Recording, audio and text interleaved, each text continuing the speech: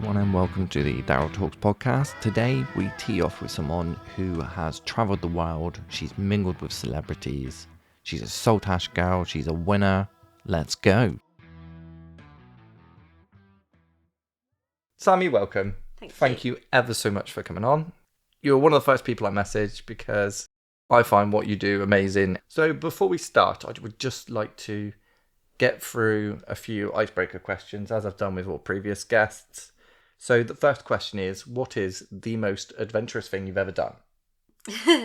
I would say the most adventurous / stupid thing I have ever done is I was lucky enough to go on a trip to South Africa in the early part of last year. I spent 6 weeks out there competing on a tour called the Sunshine Ladies Tour. And one of the girls I was sharing a house with sold her flat while we were out there, and she was super excited, and we were all super excited for her because it'd been taking a long time.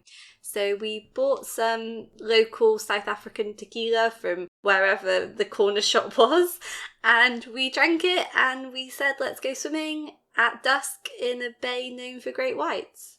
We survived and it was fine, but we had a great time. We took some boogie boards down and had a little go. Yeah, see, there's adventurous in it, and then there's just plain silly. It was a bit stupid, actually, thinking back on it. Yep.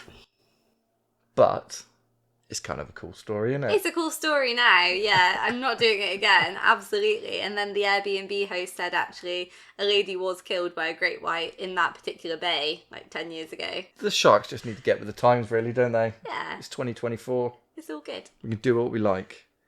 Right, second question is, if you could travel anywhere in the world, where would you go and what would you do? Oh, wow. I want to go everywhere, see everything. But I really, really would like to do like a 2-week trip around Scotland in a camper van. And I want to go to the Isle of Skye and see the fairy pools. And it just looks amazing. The Outer Hebrides, it looks stunning. And I know we could go to Australia or New Zealand or Fiji or something unbelievably amazing as well. But Scotland is so beautiful. I've been there for golf loads of times, but never actually really seen it. So I'd love to do that. No, me and Liz did a round the UK weird road names tour. I do remember something for our anniversary. This. Yeah. Yeah. And so obviously we got up into Scotland to try and find. We had to go across to one of the islands because we wanted to find Twat. It is a place, I'm not just being really inappropriate. And you're right, just that brief moment that we spent in Scotland, I cannot wait to go back. But I'd be there for the whiskey. Fair enough. Do you like whiskey? No, not really. Sorry. Like, Sammie's all smiley until I asked her about whiskey and she literally just went dead behind the eyes. No. No, I'm not a massive drinker. My mum and dad just went to the Caribbean a few weeks ago and brought us home some rum, like traditional Caribbean rum, and it is strong. Anything like that it's a bit of a no for me, really. I'll have my Rattler, and that's fine. What would be your go-to karaoke song? Okay, so anything by Taylor Swift. You could name her entire discography and literally anything by Taylor Swift I know word for word. But I am actually banned from karaoke. My friends banned me. I'm that bad. What, that bad at singing? Yes, that bad at singing, holding a tune. We were in Malia on holiday a while ago and I was trying to do like the Jaws theme tune and I ended up singing Batman. And after that I just got cancelled and I wasn't allowed to sing anymore. I'm assuming we're not going to get a rendition of... Not today. Maybe episode 2. Do you have a favourite song of Taylor Swift? Maybe Willow on her Folklore album. I was hoping you were just going to pick one of the ones that are like... Love Story or Shake It Off or 22 and then you might have known it. I swear, when we did this before, so we've had to do this again, by the way, because I stupidly forgot to do a proper test and Sammie's microphone wasn't working, so...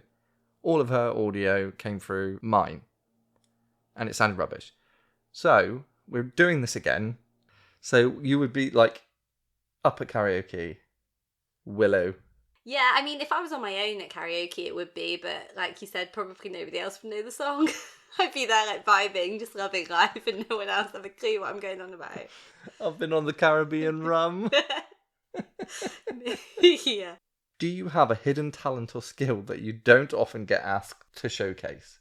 definitely not singing. I met a lovely Norwegian girl called Stina who has taught me a few magic tricks. What sort of magic tricks? Just like with a deck of cards. Oh, cool. Yeah, so just a couple of them, simple ones. But when you're delayed in airports for 6 hours, 7 hours at a time, you end up coming up with some ideas of how to kill it. So If you could switch lives with anyone for a day, who would it be and why?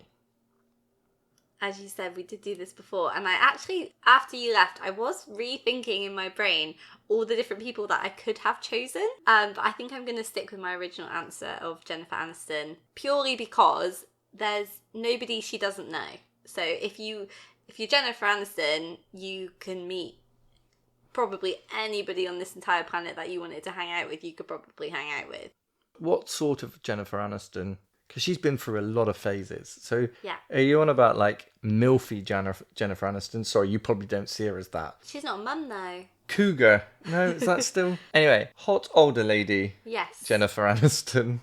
Or Friends Jennifer Aniston with the little pokers. I mean, definitely current day Jennifer Aniston, because the amount of stories she'll have amassed from when she was first breaking out in Friends, you probably wouldn't. It wasn't that big to start with. Like, obviously, it was huge at the end, but if you're going back to like the beginning, she probably wouldn't have met all of the cool people yet at that point. So Yeah, and like Brad Pitt was in an episode, yeah, and then they ended up getting married. yeah. So can you tell me what your job title is? I'm a professional golfer.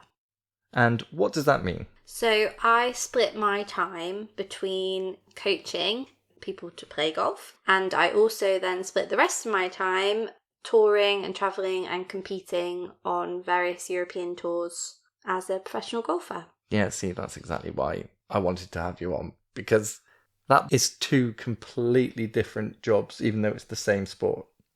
Yeah, it's completely different. Most people who just kind of coach call themselves like a golf professional, whereas if you're a professional golfer, that's kind of when you're still playing and you can kind of go out and hack it with everybody else. Do you like snub the golf professional? She'd be like, yeah, but do you even Europe?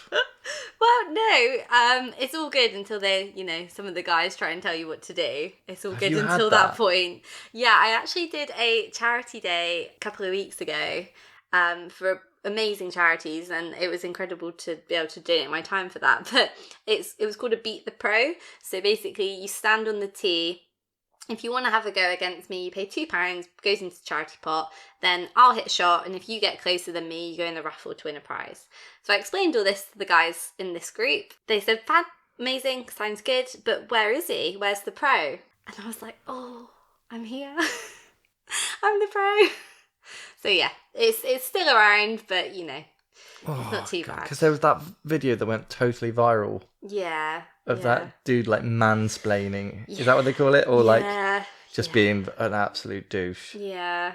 That bloke clearly didn't know you. No, well, he just kind of assumed I was there serving the drinks. So even though I was stood there with a golf club in my hand. Is there age? Was he like... No, he's probably 30, 35. Oh my maybe. God. Yeah. Because I pictured it to be this Oh, older no, gentleman. Not at all. No. Been around the club a few times. Yeah, and... no. It's not as common anymore, but maybe concentrate. I hit a great shot after that, and he topped it in the water. So Yeah, but I'm sure you wanted to beat the competitor rather than... well, yeah, but yeah, it definitely made me switch on a little bit. Oh, good. And he didn't get into the raffle. He literally hit it in front of himself. Good. Oh, that's a great ending to the story. It really was, yeah. You're never happy to see someone top it, but I was a bit. Did his mates have a... Yeah, his mates actually picked up my coaching card and gave it to him. I was like, there you go. Oh, I really hope that he does actually contact you. And turns up one day and you're like, I've just tripled my prices. Yeah. So, how did you become a professional golfer? So, you have to be able to enter a professional tournament, and when you go to enter the professional tournament, they ask you, would you like to remain with your amateur status or not? If you don't want to, you just don't sign this form and then you become a professional golfer. The challenge is getting into a professional tournament in the first place. Not just anyone can just turn up and be like, I want to play in a professional tournament, and then you're a professional golfer. And is that based on just your results of certain days? Yeah, so it's kind of like when you're an amateur, you'll get a world ranking. If you've got a good enough world ranking, then you can get into a professional event. You gain a world ranking by playing in amateur level tournaments, which is kind of all your like national opens. Doesn't sound local, but not internationally. Yeah. And then once you've got a decent enough world ranking, you can apply to get into a professional tournament. And then when you get there, if you don't sign the amateur form, then you're a professional golfer. So there's no like big parade or anything? It's very, very anticlimactic. I was like walking into the office like, oh my God, this is it. I'm going to be a pro. This is so cool.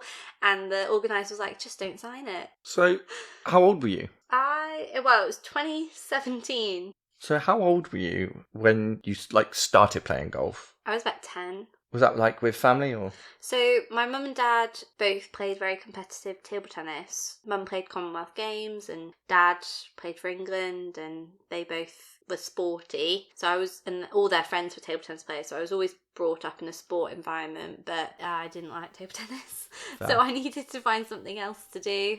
I don't know why, but they got me to a driving range and I never really left. It wasn't the same driving range that you work at now, is it? No, so that was gonna say, actually at China Fleet. That would be weird. Yeah, that was at China Fleet, and I'm based at St. Melian now. You've upgraded. You were 10, you never left.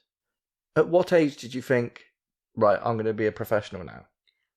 I honestly didn't ever really think I was going to be a professional until I kind of was. It was kind of one of those keep going, we'll just keep going. Like, our first step was just to get into the St. Melian ladies team. And then I was like, oh, maybe I could play for Cornwall. Got in the Cornwall team. Maybe I could compete at like a Southwest level. Did that. Maybe I could get an England team. I did that. And then kind of was like, well, if I'm in the team, maybe I could win a national championships. And then I did that. And then I was like, oh, well, maybe I could turn pro. No way. Yeah. And is that continued now? Does that attitude still continue? So have you got like a next? I haven't, well, I've only won kind of locally as a pro. I haven't ever won on tour. I've had a few top 5 finishes and I've been close and I've never quite closed it out. So that's kind of my next, why can't I do that moment. So Perfect. we'll watch this space. And do you know what you've got to do? Get better. Be more consistent and win. That is literally like something I would say as advice. Absolutely perfect answer. Totally understand. Okay. But what I was trying to sort of get at was, is there an aspect to your game that you see as weaker or? That's a hard question because you never kind of want to be like, oh, this is a problem, that's a problem. But just a general upward curvature on all aspects is what you want to see. I've played ever so little amount of golf. I've only ever hit 28 twice. But there may have been a couple of gimmies, or I may have sort of kicked the ball when it wasn't like... Got confused if you were playing football or Yeah, not. that's Okay, exactly that it. happens. And it is incredible that my whole 28 over, which was like the best game I've ever played, is utter peasant compared to what you play off 0. As a professional, you play off 0, yeah. And what's the lowest under you've got? So my best score was 7 under at Royal Birkdale. Was that in one round? Yeah. And So- I lipped out on the last. So annoying. I'm still not over it, like 5 years later. So for anybody who doesn't play golf, so a par... Sammie, why am I trying to explain this when I've literally got somebody... I'm really interested to see how this is going to turn out. Keep going. I'm really excited to hear your definition of a par. So, 18 holes on a golf course. Yep, good start. Of those 18, there is a... Do you want some help? The basis of a golf course is there's always going to be roughly 72 shots, which is a recommended amount that you should take to complete the course. If you're shooting 28 over, you're shooting 72 plus 28. For a professional, they're supposed to go around in 72 shots. There's apps and watches which can tell you exactly what the course looks like. Yeah, exactly. And, yeah. like with the wind and all sorts, isn't it? Yeah. Have you got one of them? So I don't have a watch that does it, but I have it's called a Bushnell. It's a like a gadget, and you laser it at the flag and it tells you exactly how many yards away it is. It's actually based on like hunting and military people use it for shooting, but they Do other professionals use it, or have you just stolen it off the military? no, you do. It is widely used. We're actually allowed to use it on tour as well now. So in the last 2 years, it's kind of come in that you're allowed to use it on tour, but previously you weren't allowed to. It was just for practice rounds. You're not just like whap it in the best girl's eyes as well. Well, I mean, golf is built on etiquette, so It's a bit posh, isn't it? it's either a bit posh or it's like lads, beers the entire way around. Is it? Yeah, depends where you go. Yeah, because if you go up a driving range, there's a whole like world of range of people, spectrum, isn't there? yeah. Yeah, that's it.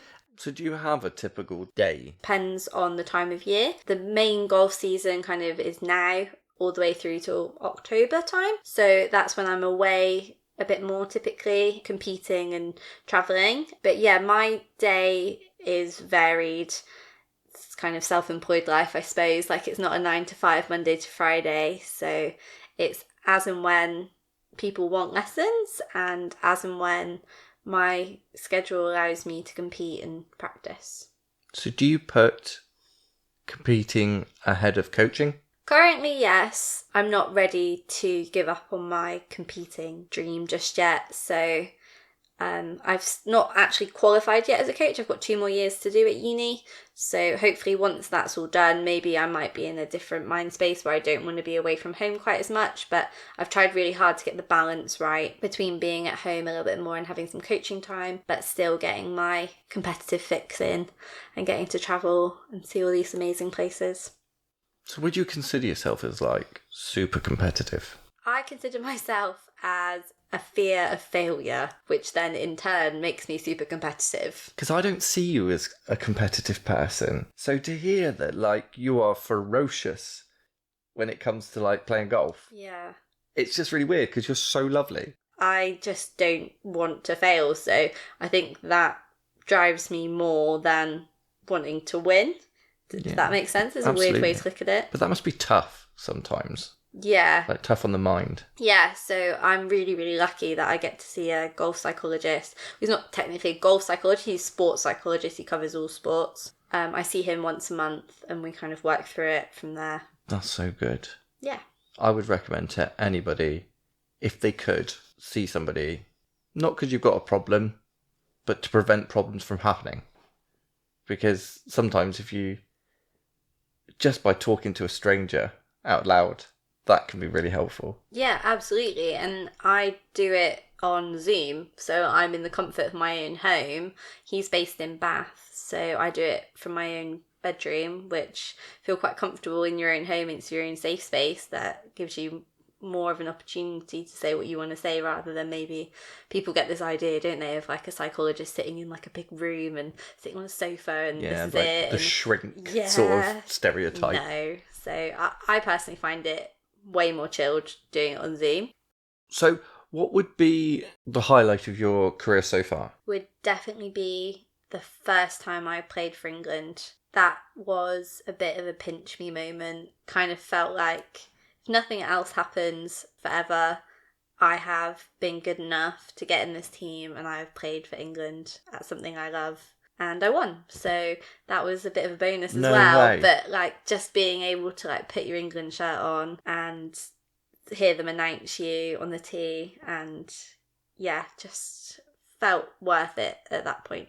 Is it like football where you get a cap? I didn't get any cap. Well, I mean, I did get caps, but that was just part of our uniform. But no, I didn't get like a ceremonial cap.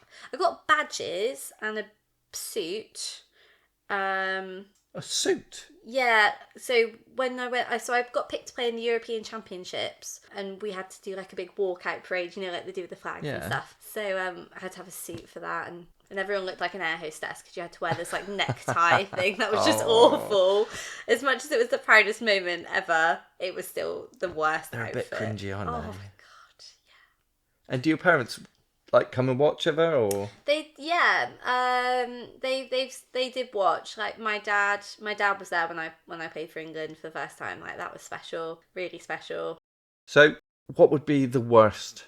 I hope you don't mind me asking, but what is the worst moment of your career so far? Oh, that's brutal. I had a panic attack for the first time ever. I've never had a panic attack before.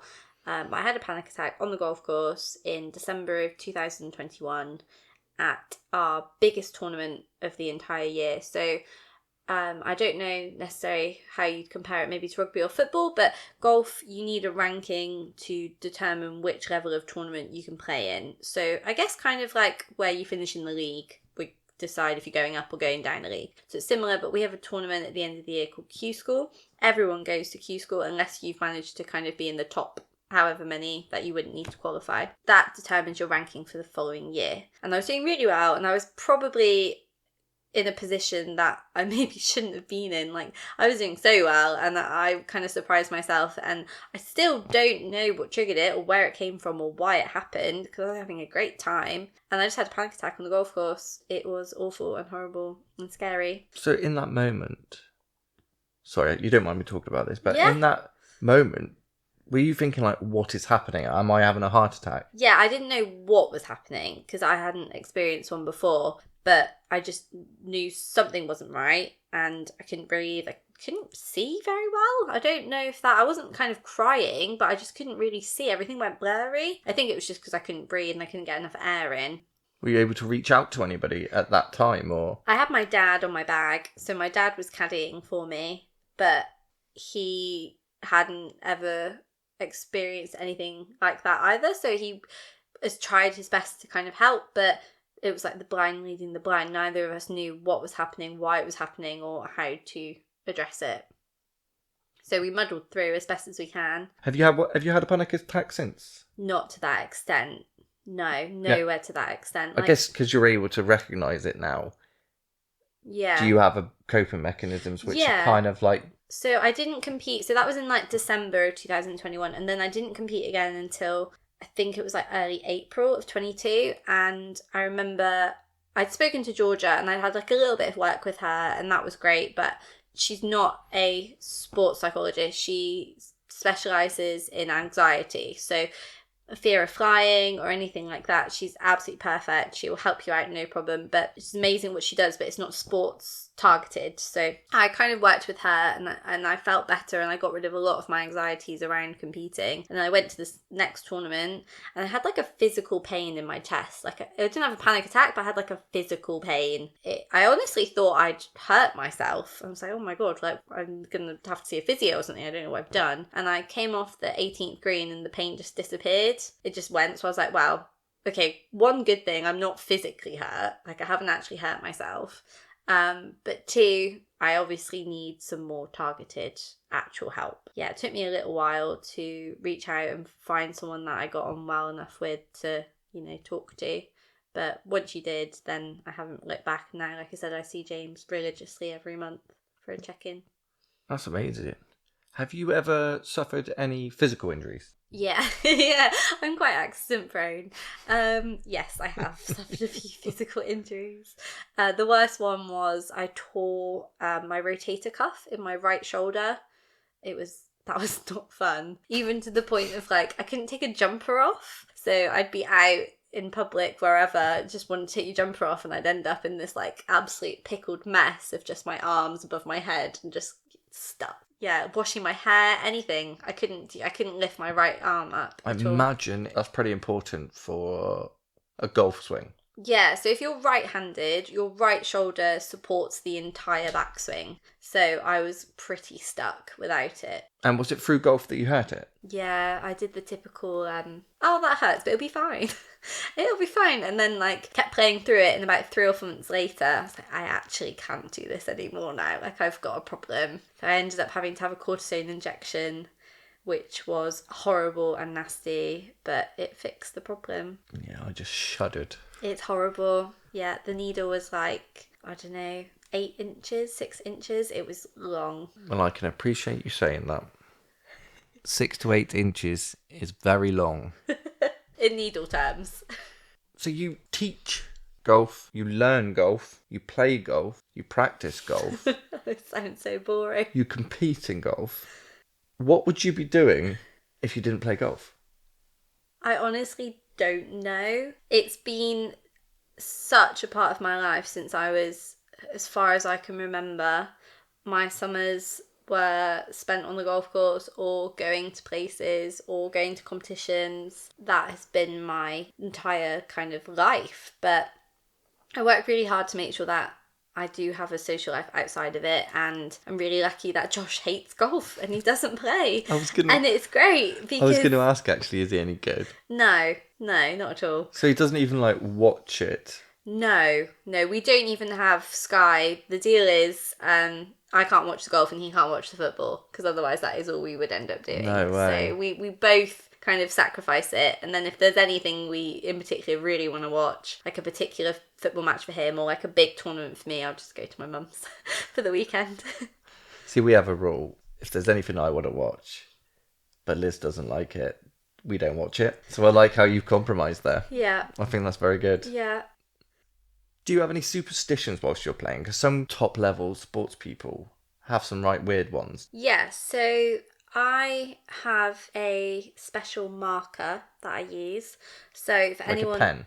No, not like a pen. So if anyone that doesn't play golf, when you get onto the green, which is the bit where you do the putting, you're allowed to put a marker behind your ball, which is like, it's got to be roughly the size of a 10p up to like a poker chip. Circular marker goes behind your ball. So it's quite big. Can be. Because some of them are like really dinky. They like go on your gloves and stuff. That's it, yeah. So as long as it's circular and that size-ish, it's absolutely fine. So you put it behind the ball, you pick the ball up, you can clean it off, and then you can realign the ball how you want to. So I have a very small little brown marker, roughly the size of a pound coin, with the letter L and the number 4 on it. And I got this in Scotland. Dad and I went to a tournament at St Andrews. I'd always wanted to play at St Andrews. Disneyland for golfers. There's literally no better place on the entire planet. And I'd always wanted to get into this tournament, and my world ranking was never quite good enough. What's so good about it? Well, it's the home of golf, so that's where golf was invented. So it's like Wembley for football or Twickenham for rugby. I mean, got into this tournament absolutely buzzing. We flew up to Edinburgh, got off the plane, hired the car, and on the way to the golf course we found this little cafe called Muddy Boots, and we wandered in there just to get something to eat because we'd been up since 4 a.m. getting a flight. And we had some breakfast, and in Dad's change he got given this L4 marker instead of a pound coin. The lady had obviously mistook it for a pound coin, so this is what he got. And he said to me, do you know what, Sammie, this might be your lucky marker this week, have a go. And I thought, oh, for God's sake, Dad, what are you on about? And I got there and I shot level par on the first day. And then I played on the actual old course at St Andrews, which is the course, on the Sunday. And it's only ever open on the Sunday when there's a tournament on. You can't just rock up and play on the Sunday. And I shot 4 under. So it was level 4 under, which is L4. And that marker, ever since then, has been with me everywhere. Not just for golf, for exams, if someone's in hospital, like that is my specialty. That is not going anywhere without that one. And also, I was meaning to ask, when you're like away on these tournaments, do you like socialise with the other competitors? Yeah, so you do make really strong relationships with the girls. A lot of them we've known for a long time. So playing for England, you know all the British girls because you've played matches against all the Irish girls, Scottish girls, Welsh girls forever. And then the European girls, if you've been picked to play in like a European Championships or anything like that, you know most of them. Everyone's in the same boat, so you end up sharing like an Airbnb or something. You end up hiring a car together because it makes it cheaper. That being said, you don't always get on with everyone. It's a workplace, so and you're living with them, so you're not always going to get on. So do you go on like nights out and stuff? I do with some of the girls. Do you play pub golf? Do you know what? I've never done pub golf. I've never done it. So I was on a hen party a couple of weekends ago with a girl from golf. She's getting married in a few weeks.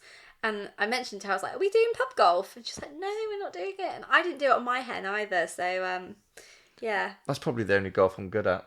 Yeah. And I'm not even that good at drinking either. To be fair, I'll probably shoot 28 over. Stick to crazy golf, maybe. Have you met any celebrities through golf? Yeah, I have. And I suppose as it's his last manager position today, I should talk about him. But yeah, I've met Jurgen Klopp quite a few times. Quite a few times. I'm a Liverpool fan. Oh, cool. What was he like? Lovely. Really nice guy. Yeah, so I first met him when he was not at Liverpool, when he was at Dortmund. So I went out to a place called La Manga in Spain for 4 weeks to do a training camp. He took Dortmund there for their warm weather training, and I snuck into their press conference room once they'd finished. No Which way. was quite fun, yeah. I snuck in there and took some photos with all the Dortmund banners everywhere, which was quite cool. What, just you? Oh, I was with a couple of the girls. Oh, I was like, yeah. that's really like... Yeah, I was with a couple of friends. You're like a little ninja. Yeah, we kind of waited for them all to leave and then we snuck in, which was cool. And then the following year I was there on the training camp again, and he was there this time with Liverpool. So I met him a few times. Did he remember you? No, I don't think so. I was going to say, that'll be like... Yeah. It was quite cool though, because all these people and the reporters were stood outside of the hotel entrance waiting for him and like the Liverpool team to come out. But had to walk through kind of the lobby of the hotel to get to the golf course. And I just wanted to get to the golf course, to get to the training camp. And the bouncer on the door was like, you can't come through. I was like, I'm not interested. I'm not interested in football. Like, I've got my golf clubs on my back. I just want to get to the course. He's like, oh, come on then. So I went in, and then like he's there with all the players and stuff, and yeah, had a chat with him. So it's not just high vis that gets you in anywhere. That's one thing I've learnt from this. If you're carrying golf clubs on your back, they'll let you in. Absolutely. Have you seen all the influencer golfers? Yeah. Now, like they sort of appeared from nowhere. Yeah. Kind of jumped on the bandwagon a little bit. If nobody understands what an influencer golfer is, it's a hybrid of Instagram models and golf. Is that the best way of putting it? Pretty much, yeah. It all kind of started with this girl called Paige Spiranak. She was the first one to do it. And then, I guess, girls kind of just saw an in. Most guys play golf. It's a mainly male-dominated sport. You have a girl who looks lovely and plays the sport that you like to watch, and guys follow and watch the videos. Yeah, it kind of makes you feel sorry for the people that play chess and like chess, isn't it?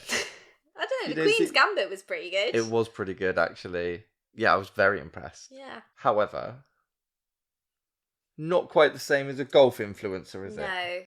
No, and I guess if it gets people picking up a golf club, yeah, rightly or wrongly, there are benefits to the sport. It's like the conversation with these YouTube boxers and things like that. Is it good? Well, actually, it's drawn a load of attention to the sport, which drives prices up. Yeah.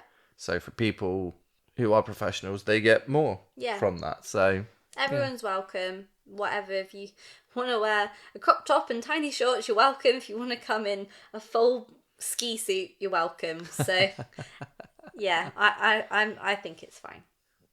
What role does technology play now in golf? A huge role. So most of my coaching, if you come for a lesson with me afterwards, I will send over a load of videos. It'll have voice analysis on it. It'll have a before and after, so that it's easy for you when you go to practice. You can compare where you were and where you are now, and then there's an open channel of communication for you to send me more videos, and I can analyse them for you in between your lessons just to make sure you're on the right track. So there's that kind of side of it. So keeping it balanced and going in between kind of a bit of technique and a bit of feel work is how I'd kind of advise. So Have you seen the film Happy Gilmore? You've come from like super duper technical to like chuck a fantasy film in there. Because is there any truth in It's All in the Hips? No.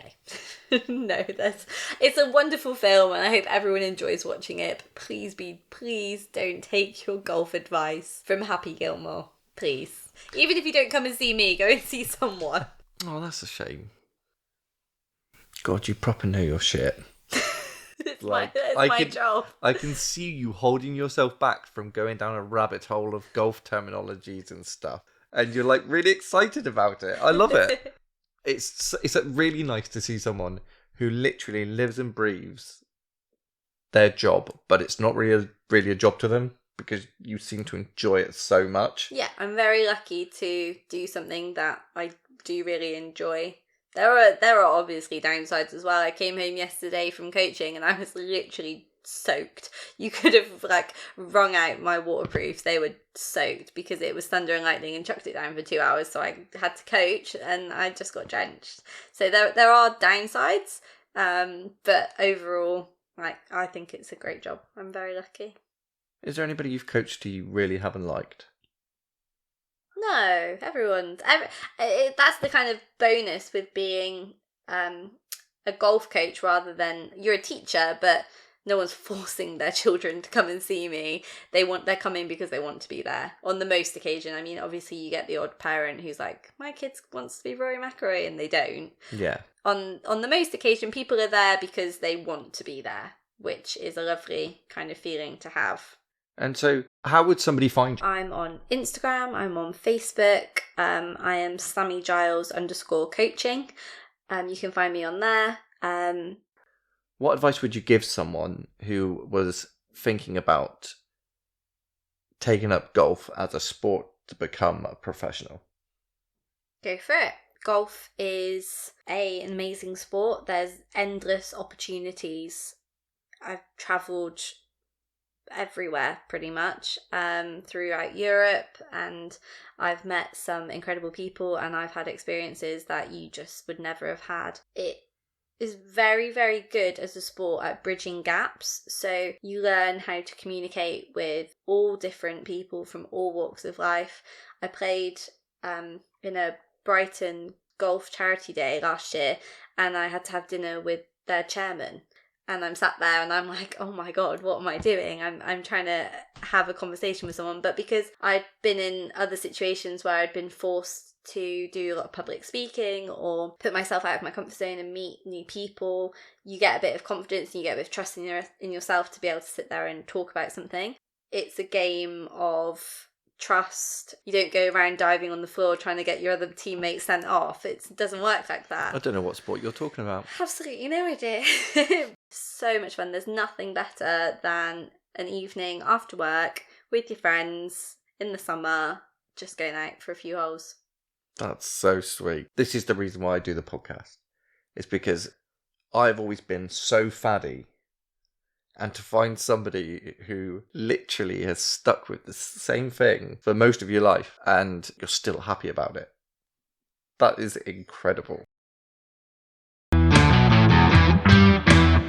Thank you so much, Sammie, for spending so much time with me. We had to do this twice. It was amazing. I really hope you guys enjoyed it. I really hope you guys appreciate how much effort goes into being a professional golfer. But for now, thank you so much for all the support.